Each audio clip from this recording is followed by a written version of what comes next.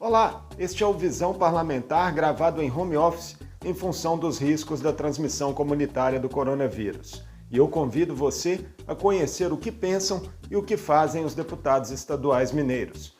Neste programa, eu converso com o deputado Carlos Pimenta, do PDT, presidente da Comissão de Saúde da Assembleia. Vamos falar sobre os impactos da evolução da pandemia em Minas, os desafios da rede hospitalar e as perspectivas para os próximos meses. Acompanhe!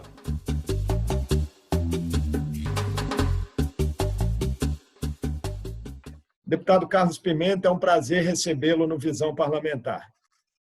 Prazer é meu, Marco Antônio. Estamos aqui em Montes Claros, à disposição, à sua disposição e à disposição aí da TV Assembleia. Deputado, o Brasil e Minas Gerais encontram-se em um chamado platô da epidemia.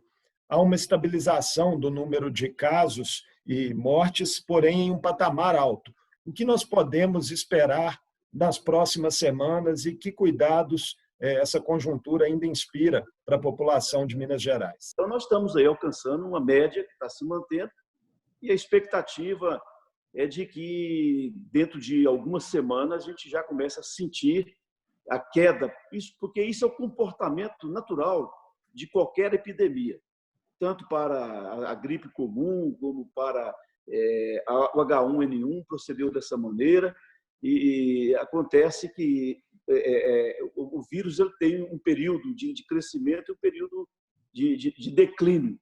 E nós crescemos, mantivemos o patamar e é esperado o declínio dentro de algumas semanas. Minas abriu, deputado Carlos Pimenta, mais de 1.000 novas vagas de UTI na rede pública em comparação com o número que estava disponível no início do ano. Apesar disso, as taxas de ocupação de leitos têm ficado altas em algumas regiões do estado, como a Central, o Vale do Aço e o Triângulo do Norte. O senhor vê risco de colapso no sistema público? Eu acho, e pelas conversas que eu estou tendo com colegas médicos, pesquisadores, cientistas, infectologistas, eu entendo de que nós já batemos no teto. Eu entendo de que, pontualmente, dependendo do comportamento da população, porque a partir de agora, quem vai ditar o comportamento da Covid em Minas Gerais vai ser o comportamento da população mineira. Então, dependendo do comportamento da população mineira, nós podemos ter alguns casos pontuais. Mas eu entendo de que o sistema de saúde pública de Minas ele foi testado. Graças a Deus, aquele pico que era esperado no mês de abril, prorrogado para maio, depois prorrogado para junho. Não vai ser em julho, vai ser em agosto. Então, nós conseguimos empurrar um pouco esses casos e deu tempo do sistema de saúde pública de Minas Gerais, principalmente o sistema hospitalar, deu tempo do sistema hospitalar se preparar. O governo agiu em tempo e a hora, adquiriu novos respiradores, bons respiradores, a um preço muito bom, um preço de mercado, um preço acessível, diferentemente do que aconteceu com outros estados brasileiros. E o governo atendeu também pontualmente aqueles casos em que estavam tendo uma procura maior, uma demanda maior da parte hospitalar. Aconteceu na área central de Belo Horizonte, de Minas, aí em Belo Horizonte principalmente, né? O governo preparou até um grande hospital de campanha que não precisou ser usado, e o sistema público deu conta do recado. Aconteceu isso, foi graças ao comportamento da população até então e as medidas tomadas pelo governo. Eu não acredito que vai acontecer, um colapso de um sistema agora em Belo Horizonte, em Uberlândia, em Valadares, muito embora essas cidades elas sofreram muito. Eu espero que a partir de agora nós possamos ter um pouco mais de tranquilidade e dar tempo do sistema de saúde também se preparar melhor. Falando nos números de todo o estado, 95% dos municípios mineiros já registraram casos de Covid-19, o que refletiu aí uma tendência de interiorização da doença, nos últimos meses. Mais da metade dos leitos do estado, deputado Carlos Pimenta, está localizado nas grandes cidades, nas cidades polo. Isso significa que essas cidades são as que merecem uma atenção especial nesse momento, por justamente terem que suportar uma demanda que vem dos municípios pequenos? Nós tivemos as equipes preparadas nesses municípios. Mas aconteceu algo pior, porque muitos desses médicos que estavam operando, muitos desses enfermeiros, desses fisioterapeutas, né, desses biomédicos que estavam operando em CTI, eles se infectaram. E eles tiveram que se afastar para poder cuidar, né, durante aí um período de 7 a 14 dias. E muitos dos serviços ficaram desguarnecidos do recurso humano. É muito dinâmico, sabe? Você operar um CTI, você tem que ter os equipamentos, você tem que ter os medicamentos e você tem que ter a equipe médica que também não adianta nada você ter equipamentos, medicamentos se você não tem o médico. Também não adianta nada você ter o médico se você não tiver os equipamentos. Então, é uma interação que precisa ser feita e a Secretaria de Saúde está fazendo isso com maestria. Eu quero aplaudir mais uma vez, né, os cuidados que o Serviço de Saúde de Minas Gerais tomou, que a equipe da Secretaria de Saúde tomou, né, procurando mapear tudo isso e ter essas mobilidades para enviar médicos, para enviar enfermeiros, para enviar equipamentos. Deputado, o senhor já colocou que, na avaliação do senhor, o sistema público de saúde respondeu, né, adequadamente à pandemia em Minas. E a rede privada, que avaliação que o senhor faz da resposta que ela deu? Olha, neste momento, não existe mais rede privada ou rede pública. Existe uma rede de atendimento ao setor de saúde. Se você pega uma Santa Casa de Montes Claros, que é um hospital que tem um atendimento público, né? Um hospital que tem convênio com o Sistema de Saúde Pública de Minas Gerais, mas tem o seu sistema também de atendimento, de convênios, de planos de saúde, de pacientes particulares. Então, a Santa Casa ela se dividiu praticamente em duas. Tem a parte de Covid e a parte de atendimento normal, porque a vida não para, os infartos agudos do miocárdio não pararam, né? As pneumonias não Covid aconteceram, as cirurgias de vesícula, de apêndice, os traumatismos, tudo isso está acontecendo, de uma maneira ou de outra está acontecendo. Então, houve uma interação entre serviço público e serviço particular, vamos dizer assim, eu não chamaria de particular, os serviços não Covid. Então, os hospitais, todos eles estão integrados. E aconteceu algo inédito. Tanto o Ministério da Saúde quanto a Secretaria Estadual de Saúde, eles disponibilizaram o pagamento dos leitos Covid, né, integralmente. O Ministério da Saúde falou assim, olha, Santa Casa, eu quero contratar na mão de vocês 40 leitos para atendimento da Covid. E se tiver 40 pacientes, o Ministério da Saúde está pagando, se tiver 30, está pagando os 40 do mesmo jeito. Então, o setor de saúde pública, o SUS, o Sistema Único de Saúde, que eu defendo tanto, que eu admiro tanto, deu um show de atendimento à população brasileira. Claro que você fala assim, mas muitos morreram. Sim, não tem jeito, é uma doença nova, que chegou de supetão no Brasil. Nós não tínhamos, no começo do atendimento de pandemia, achávamos, a ciência achou que era apenas uma pneumonia. Hoje nós sabemos que não é apenas uma pneumonia. O vírus ele ataca o organismo como um todo. Ele ataca o sistema de defesa, o sistema imunitário. Ele ataca o sistema venoso, o sistema arterial, provocando trombose venosas no pulmão, nas extremidades, né, em qualquer outro órgão. Então, antigamente, por exemplo, muito tempo atrás, mas 5 meses atrás, a concepção que nós tínhamos da Covid era uma. Hoje é totalmente diferente, o tratamento é totalmente diferente.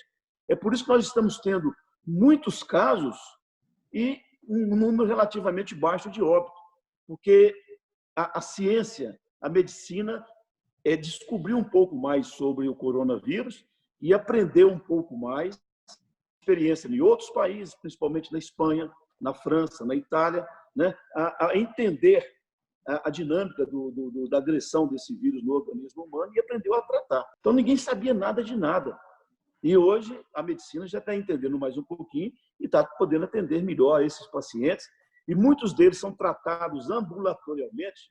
Daí a importância, não é só do leito de CTI, não. A importância do leito também de retaguarda para o tratamento dos pacientes com Covid, em que ele ali vai receber os medicamentos, os corticoides, muitos serviços já usam a hidroxicloroquina, outros não usam hidroxicloroquina. Nós só vamos ter uma noção do que a Covid fez, do que a Covid daqui a alguns anos, quando fizermos os estudos das mulheres que estão sendo infectadas, dos filhos que estão nascendo de mulheres infectadas, das pessoas que estão morrendo jovens. Por que está morrendo jovem? É uma falha do sistema imunológico? O que está acontecendo? Ninguém sabe nada de nada. Então, nós temos que nos ater à ciência e às evidências científicas do que está acontecendo lá fora para a gente aplicar aqui dentro do Brasil, aqui dentro de Minas Gerais.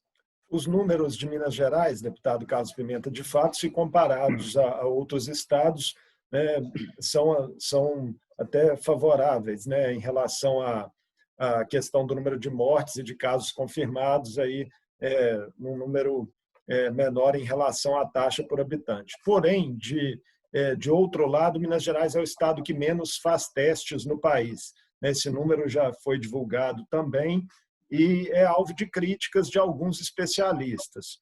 O senhor acredita que a estratégia que a Secretaria de Estado da Saúde adotou em relação à testagem, ela é adequada ou isso pode trazer o risco de mascarar, de certa forma, uma realidade? O teste fidedigno, o teste que comprova efetivamente a presença do vírus no organismo humano, é o RT-PCR. É aquele teste que você faz a colheita de material dentro do nariz ou dentro da garganta, você leva para o laboratório e ali no laboratório eles constatam a presença do vírus ou a presença do RNA do vírus. Então, aí você pode afirmar, fulano está efetivamente com Covid. Esse é o teste que todo mundo deveria estar fazendo. E tem a testagem, que é aqueles testes rápidos, que muitas vezes eles dão resultados falso-negativos. Resultados falso-negativos. O que é isso? É a pessoa que pega o coronavírus, que entra em contato com uma pessoa contaminada, adquire aquele coronavírus, e o coronavírus está em fase de infecção, de multiplicação no organismo, e não deu tempo de liberar os anticorpos na corrente sanguínea das pessoas. Aí você faz a testagem, dá negativo, mas a pessoa já é portadora do coronavírus e ela já está contaminando. O teste rápido ele só tem valor para você fazer uma testagem em massa na população. Para você ver o grau de imunidade de massa que a população tem. A não ser que a pessoa já está com os sintomas há mais de 10 dias, está tendo falta de ar, está tendo tosse, está tendo febre, tá certo? Ou está tendo qualquer um outro desses sintomas, aí vai fazer o teste e ele vai dar positivo, porque já decorreram 10 dias da contaminação e deu tempo do organismo produzir anticorpos. O teste rápido ele não comprova se você tem o coronavírus, ele comprova se você tem o anticorpo que é formado, que precisa de 10 dias para o organismo da pessoa contaminada a produzir os seus mecanismos de defesa. Então, aqui em Minas Gerais, o teste, o RT-PCR, que deveria ser feito, se a Secretaria de Saúde tivesse um volume muito grande desses RT-PCR, certamente estaria fazendo. Por que não teve esse volume muito grande? Foi falta de, vamos dizer assim, de opção em comprar esses testes? Não. É porque faltou insumos. O mundo todo correu atrás. Os Estados Unidos comprou os insumos, ficava sabendo, lá na Índia tem insumos, ia lá e comprava, como está fazendo agora com a vacina. Faltaram também os laboratórios habilitados para poder receber esse teste. Não é qualquer laboratório que recebe esse teste, vai lá e analisa e consegue comprovar a presença do vírus ou a presença do RNA do vírus. Então, foi feita uma dinâmica. Veio a Fundação Ezequiel Dias, depois a Fundação Ezequiel Dias precisou de 2 ou 3 meses para poder treinar alguns laboratórios. Os testes rápidos estão sendo feitos. Você vai na farmácia aí, e vai lá na Araújo e paga lá R$150, você faz o teste rápido. Agora, ele vai te dar? Que noção que ele vai te dar? Eu tenho até um projeto de lei que eu conversei ontem com o presidente Agostinho, aí na Assembleia, pedindo, através desse projeto, ele está exigindo que as pessoas que vão fazer teste rápido nas farmácias, elas precisam de um atestado médico. Porque quando você vai no médico, o médico fala assim: ô Marco Antônio, você está sentindo algum sintoma? Não, não estou sentindo sintoma, não. Você está tendo febre? Já teve febre? Não, nunca tive. Estou querendo fazer para saber se eu tenho a Covid. Então, o médico vai falar assim com você: ó, Marco Antônio, não vai não. Se você quiser fazer, você vai gastar o seu dinheiro à toa, porque vai dar um resultado negativo. E ele pode ser negativo, efetivamente negativo, ou pode ser um falso negativo, porque você está tendo sintomas há poucos dias e você não teve tempo de preparar o seu corpo para poder produzir os anticorpos. Deputado Carlos, a retomada das atividades comerciais, ela impacta diretamente nas taxas de transmissão do vírus, né? A experiência internacional mostra isso. Em Minas Gerais, nós tivemos diferentes protocolos adotados nos municípios. Em alguns casos foram feitas reaberturas e os prefeitos posteriormente recuaram, né? Tiveram que recuar. E nesse momento do platô, como é que o senhor vê essa questão e o dilema dos próprios prefeitos, né, que às vezes são criticados pelo comércio quando optam pelo fechamento, ou são criticados pela população se promovem a abertura e o número de casos aumenta? Chegou num momento em que essas pessoas, milhões de brasileiros, estão aí desempregados, estão aí precisando reabrir os comércios para poder até mesmo sustentar. O governo não vai aguentar sustentar 220 milhões de brasileiros, não. Está fazendo muito o governo brasileiro, né? Em dar um apoio a 60 e tantos milhões de brasileiros com ajuda emergencial. Então, chegou num ponto em que a pressão é muito grande em cima do prefeito. A pressão é muito grande em cima dos próprios comerciantes. E é necessário que a gente consiga encontrar um modelo para esse momento que nós estamos vivendo. O que tem que ser feito é o isolamento de grupos de risco neste momento. Eu entendo dessa maneira, eu consigo enxergar claramente isso. Quais são esses grupos de risco? As pessoas acima de 60 anos de idade têm que ter um certo isolamento. As pessoas que têm comorbidades, né, hipertensas, diabéticas, pessoas que têm câncer, pessoas que têm tuberculose pulmonar. Então, essas pessoas elas têm que ter um certo cuidado nesse distanciamento social, nesse isolamento social. E o comércio tem que entender de que ele tem uma parte muito grande neste momento. É importante que o comércio, como um todo, ele tenha a percepção de que ele não pode abrir as portas da loja como antigamente.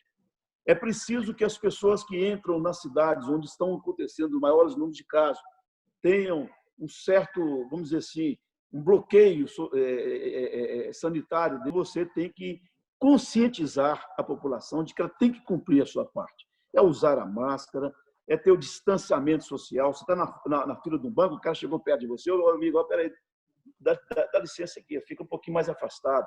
Se insistir, você sai.